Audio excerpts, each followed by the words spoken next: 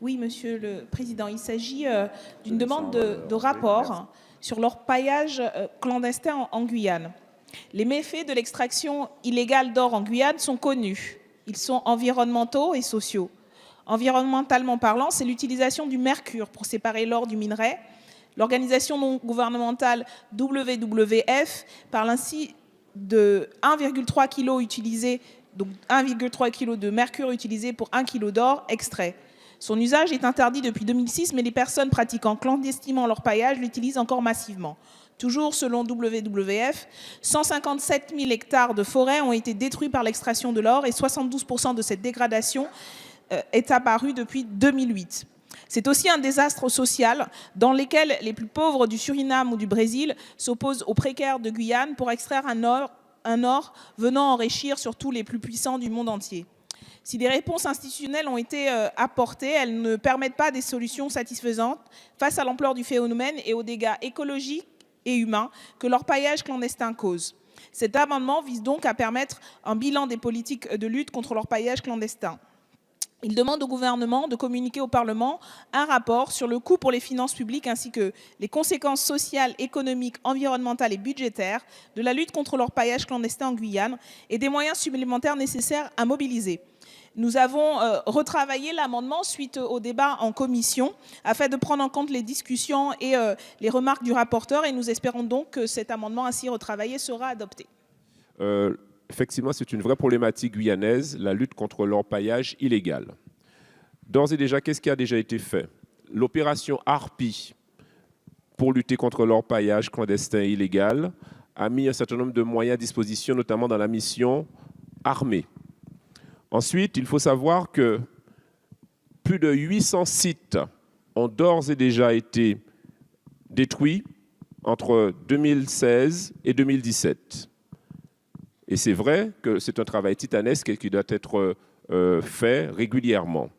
L'une des clés de la lutte contre l'orpaillage clandestin, c'est la coopération transfrontalière. Et c'est vrai, vous avez raison, qu'on doit être extrêmement vigilant sur cela.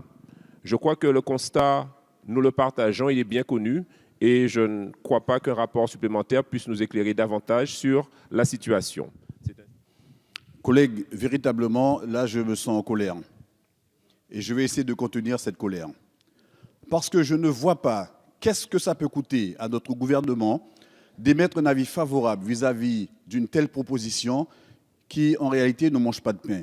Dans tous les cas, je puis vous dire que ça va coûter moins cher que les opérations Harpie que nous ne cessons de développer dans la forêt guyanaise depuis des années, depuis des décennies, et dont on sait pertinemment que ce sont des opérations qui sont totalement inefficientes.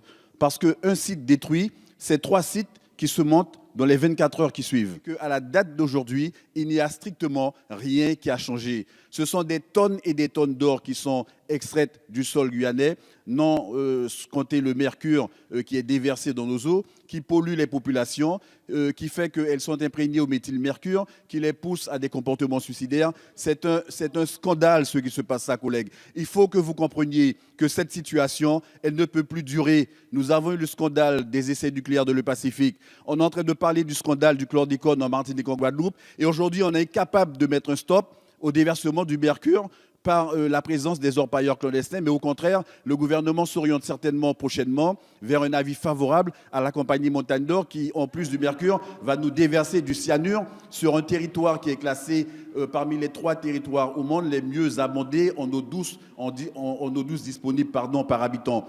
Pour réagir au refus qui est là aussi incompréhensible, autant les précédents amendements, on l'a dit clairement, c'était des amendements d'appel où on voulait mettre l'accent sur des problématiques que nous pensions devoir être débattues, au moins entendues à l'Assemblée nationale sur la question du budget. Mais là-dessus, il nous semblait, Madame la Ministre, Monsieur le rapporteur, qu'il y avait un accord. Et c'est ce qui avait été dit et entendu, en tout cas par nous, au moment de la discussion en commission. Et c'est pour ça que nous avons retravaillé pour intégrer les demandes faites par notamment Monsieur le rapporteur. Et donc, le refus de ce rapport-là, dans la situation, et ça a été dit, vous dites les opérations militaires Harpie, mais tout le monde sait et dit que c'est insuffisant aujourd'hui. Le constat sur le terrain des professionnels, des personnels du parc amazonien qui aujourd'hui passent un temps fou à essayer d'intervenir là-dessus en lien avec les militaires, disent que c'est un bilan en échec total. Ça a des conséquences non seulement sur la nature, non seulement sur les personnes, mais sur les communautés qui vivent en Amazonie et dont les vies sont complètement déstructurées. Cela a été dit par notre collègue tout à l'heure avec les risques, enfin les réalités d'empoisonnement que cela signifie.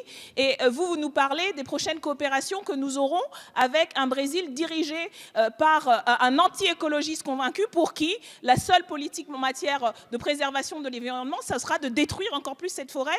Je trouve cela particulièrement problématique et grave que la seule réponse à ce que nous demandons, un rapport qui puisse faire l'état des lieux, qui puisse répondre aux interrogations des populations et se donner des moyens véritables de répondre à un problème grave qui va s'accentuer dans les prochaines années, qui va avoir des répercussions, pas simplement pour la Guyane, mais aussi en termes écologiques pour toute la région. La seule réponse, ce soit un avis défavorable qui n'est absolument pas argumenté. C'est particulièrement lamentable. Peut s'exprimer, y compris sur des sujets aussi délicats que celui-ci, sans s'énerver. Il y a une simple raison pour laquelle j'ai refusé ce rapport. C'est que Harpie 2, c'est 2017. Harpie 2, c'est des nouveaux moyens. Harpie 2, c'est déjà des résultats. Moi, je siège ici, madame, depuis 2007 et je sais très bien ce qu'on a fait, ce que l'ensemble des parlementaires de la Guyane ont travaillé sur ce sujet. Et je sais ce que l'ensemble des gouvernements ont pu faire. Harpie 2 est une nouvelle réponse. Harpie 2, ça marche et vous n'êtes pas sur le territoire pour le voir. Harpie 2, le 11 septembre dernier, c'est une énorme opération qui a marché. La lutte contre l'orpaillage, c'est aussi l'organisation de cette filière. Et avec Nicolas Hulot, nous avons demandé un rapport sur l'ensemble de la filière et c'est ce que nous attendons dans les mois qui viennent. Donc si j'ai dit non cette année, c'est tout simplement, la continuité de l'État, ça existe et du gouvernement aussi. C'est simplement parce que vous n'aurez pas aujourd'hui les réponses sur Harpie 2 en détail. Prenons un rendez-vous, celui de l'année prochaine, et je serai à vos côtés.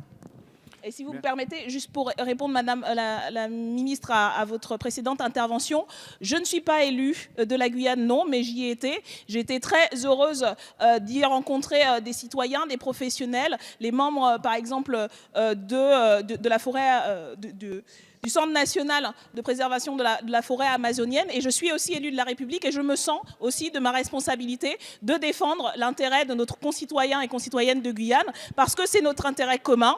Et donc, si nous faisions cette demande de rapport comme la précédente, nous pensons qu'il serait utile qu'on se penche plus précisément sur des problèmes qui ne sont toujours pas réglés, avec le retard qui a été dit sur les Outre-mer, qui est endémique, qui est systématique. Vous êtes peut-être depuis 10, 20, 30 ans sur les bancs de cette Assemblée, mais ça fait 10, 20, 30 ans que ces problèmes sont dénoncés et qu'aucune solution n'est apportée. C'est pour cela que nous avons insisté sur ce rapport comme sur le précédent. Et je ne crois pas que ce soit être à la hauteur des attentes et des exigences tout à fait légitimes de nos concitoyens et concitoyennes que de rejeter d'un revers de main une demande de rapport comme celle-là ou comme la précédente.